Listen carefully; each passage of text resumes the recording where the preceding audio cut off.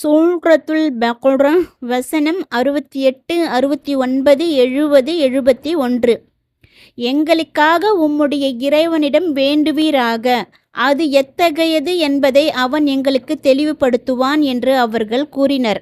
அதற்கு அது ஒரு பசு, அது கிழடுமல்ல கன்றுமல்ல, அவ்விரண்டுக்கும் இடைப்பட்டது என்று அல்லாஹ் கூறுகின்றான். எனவே உங்களுக்கு உத்தரவிடப்பட்டதை செய்யுங்கள் என்று மூசா கூறினார். எங்களுக்காக உம்முடைய இறைவனிடம் வேண்டுவீராக, அதன் நிறம் என்னவென்று அவன் எங்களுக்கு விளக்குவான் என்று அவர்கள் மீண்டும் கோரினர். அதற்கு அது ஒரு மஞ்சள் பசு, அதன் நிறம் பளீர் என்று இருக்கும், பார்ப்போரை அது பரவசப்படுத்தும் என அல்லாஹ் கூறுகின்றான் என மூசா கூறினார். எங்களுக்காக உம்முடைய இறைவனிடம் வேண்டுவீராக, அது எத்தகையது என்பதை அவன் எங்களுக்கு விளக்குவான், ஏனெனில் பசுக்கள் எங்களை குழப்புகின்றன. அல்லாஹ் நாடினால் நிச்சயம் நாங்கள் நேர்வழி கிடைக்கப் பெறுவோம் என்றனர். அது ஒரு பசு, அது நிலத்தை உழுதோ பயிருக்கு நீர் இறைத்தோ பழக்கப்பட்டதன்று, குறைகள் இல்லாதது, அதில் வடுவேதும் கிடையாது என்று அல்லாஹ் கூறுகின்றான் என மூசா கூறினார். அதற்கு இப்பொழுதுதான் சரியாக சொன்னீர் என்று கூறி பின்னர் அதை அறுத்தனர். ஆனால் அதை செய்ய அவர்களுக்கு மனமே இல்லை. ஒரு பசுவை அறுக்குமாறு இஸ்ரவேலர்களுக்கு இறைவன் கட்டளையிட்டு இருக்க, அவர்கள் அந்த பசு குறித்து தம் இறை தூதரிடம் வினாவுக்கு மேல் வினா எழுப்பி நச்சரித்தது தொடர்பாக இங்கு இறைவன் விவரிக்கின்றான். இவ்வாறு அவர்கள் தமக்குத்தாமே நெருக்கடியை வரவழைத்து கொண்டதால் இறைவனும் அவர்களை நெருக்கடிக்குள்ளாக்கினான். அவர்கள் மட்டும் ஏதோ ஒரு பசுவை அறுத்திருந்தால் பிரச்சனை தீர்ந்திருக்கும். ஆனால் அவர்களே கடுமையாக்கி கொண்டார்கள், அல்லாஹும் கடுமையாக்கினான். அவர்கள் எங்களுக்காக உம்முடைய இறைவனிடம் வேண்டுவீராக, அது எத்தகையது என்பதை அவன் எங்களுக்கு தெளிவுபடுத்துவான் என்றனர். அதாவது அது எந்த பசு, அதன் தன்மை என்ன என்பதை அவன் எங்களுக்கு தெளிவுபடுத்துவான். அதற்கு அது ஒரு பசு, அது கிழடுமல்ல கன்றுமல்ல, அவ்விரண்டுக்கும் இடைப்பட்டது என்று அல்லாஹ் கூறுகின்றான் என மூசா அலை அவர்கள் கூறினார்கள். அதாவது அது மிக பெரும் கிழட்டு பசுவும் அல்ல, பொலி காளையுடன் சேராத இளங்கன்றும் அல்ல. பசுவின் தன்மைகள். இப்னு அப்பாஸ் ரதியல்லாஹு அன்ஹு அவர்கள் கூறியதாவது, கன்றே ஈனாத கிழட்டு பசுவும் அல்ல, ஒரே ஒரு கன்றை மட்டும் ஈன்ற பசுவும் அல்ல, மாறாக இது ஒரு பசு ஆகும். இது கன்று ஈன்றது, அந்த கன்று பெரியதாகி ஒரு கன்றை ஈன்றது. இந்த தாய் பசுவே இங்கு நோக்கமாகும், அல்லது கேட்டு பசுவுக்கும் இளங்கன்றுக்கும் இடைப்பட்டது இங்கு நோக்கமாகும். இதுதான் பசுக்களில் இதர கால்நடைகளிலும் மிகவும் வலுவானதாகவும் அழகானதாகவும் இருக்கும். அடுத்து அதன் நிறம் பளீர் என்று இருக்கும் என்பதை குறிக்க ஃபாகியுன் லவ்னுஹா என்னும் சொற்றொடர் மூலத்தில் ஆளப்பட்டுள்ளது. இதற்கு அதன் நிறம் தூய்மையானதாக இருக்கும் என சயீத் பின் ஜுபைர் ரஹ்மத்துல்லாஹி அலைஹி அவர்கள் பொருள் கூறினார்கள். இப்னு அப்பாஸ் ரதியல்லாஹு அன்ஹு அவர்கள் இதற்கு விளக்கம் அளிக்கையில் அது வெளிர் மஞ்சள் நிறமுடையது என்று கூறினார்கள். இதை அவுஃபி ரஹ்மத்துல்லாஹி அலைஹி அவர்கள் அறிவித்துள்ளார்கள். பார்ப்போரை அது பரவசப்படுத்தும் என்று அல்லாஹ் கூறியுள்ளான். இது குறித்து சுத்தி ரஹ்மத்துல்லாஹி அலைஹி அவர்கள் விளக்கம் அளிக்கையில் அதை பார்ப்போருக்கு அது வியப்பூட்டும் என்று கூறினார்கள். ஏனெனில் பசுக்கள் எங்களை குழப்புகின்றன, அல்லாஹ் நாடினால் நிச்சயம் நாங்கள் நேர்வழி கிடைக்கப் பெறுவோம் என்று கூறினர் என அல்லாஹ் கூறியுள்ளான். அதாவது பசுக்கள் அதிகமாக உள்ளதால் அவை எங்களை குழப்புகின்றன. எனவே எங்களுக்கு அந்த பசுவை துல்லியமாக இனம் காட்டுங்கள், அதன் தன்மைகளை எங்களுக்கு தெளிவுபடுத்துங்கள். அவ்வாறு தெளிவுபடுத்தினால் அதை அடையும் வழியை நிச்சயமாக நாங்கள் கிடைக்கப் பெறுவோம். அல்லாஹ்வின் தூதர் ஸல்லல்லாஹு அலைஹி வஸல்லம் அவர்கள் கூறினார்கள், இஸ்ரவேலர்கள் அல்லாஹ் நாடினால் நிச்சயம் நாங்கள் நேர்வழி கிடைக்கப் பெறுவோம் என்று மட்டும் சொல்லாதிருந்தால் அந்த பசுவை அவர்கள் அடைந்தே இருக்க மாட்டார்கள்.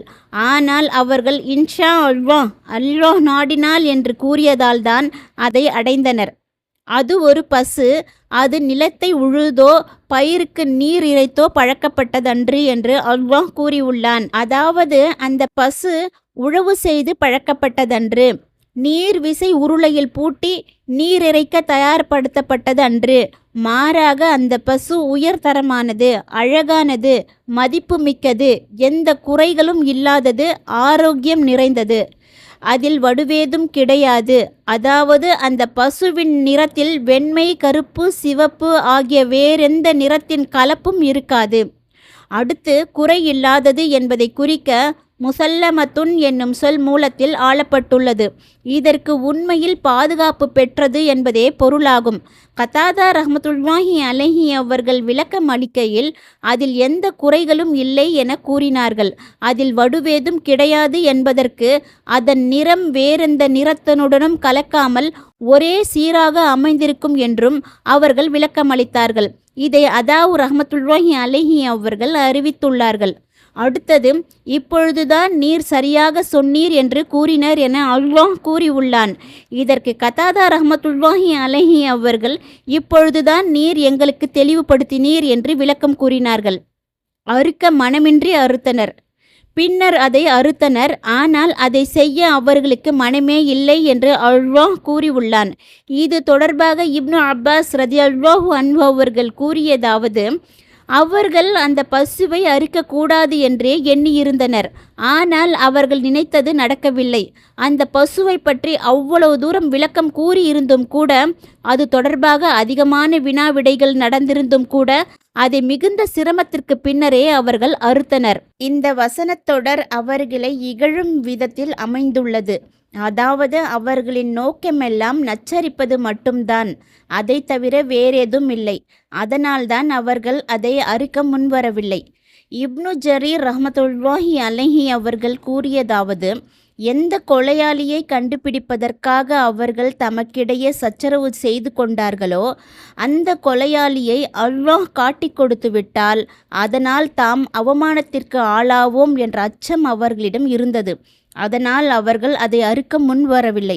அதை அறுக்க முன் வராததற்கு இது மட்டுமே காரணமல்ல, இத்துடன் அந்த பசுவுக்கான விலை கூடுதலாக இருந்ததும் ஒரு காரணமாகும். இந்த கருத்தையே இப்னு ஜரீர் ரஹ்மத்துல்லாஹி அலைஹி அவர்கள் தேர்ந்தெடுத்தார்கள்.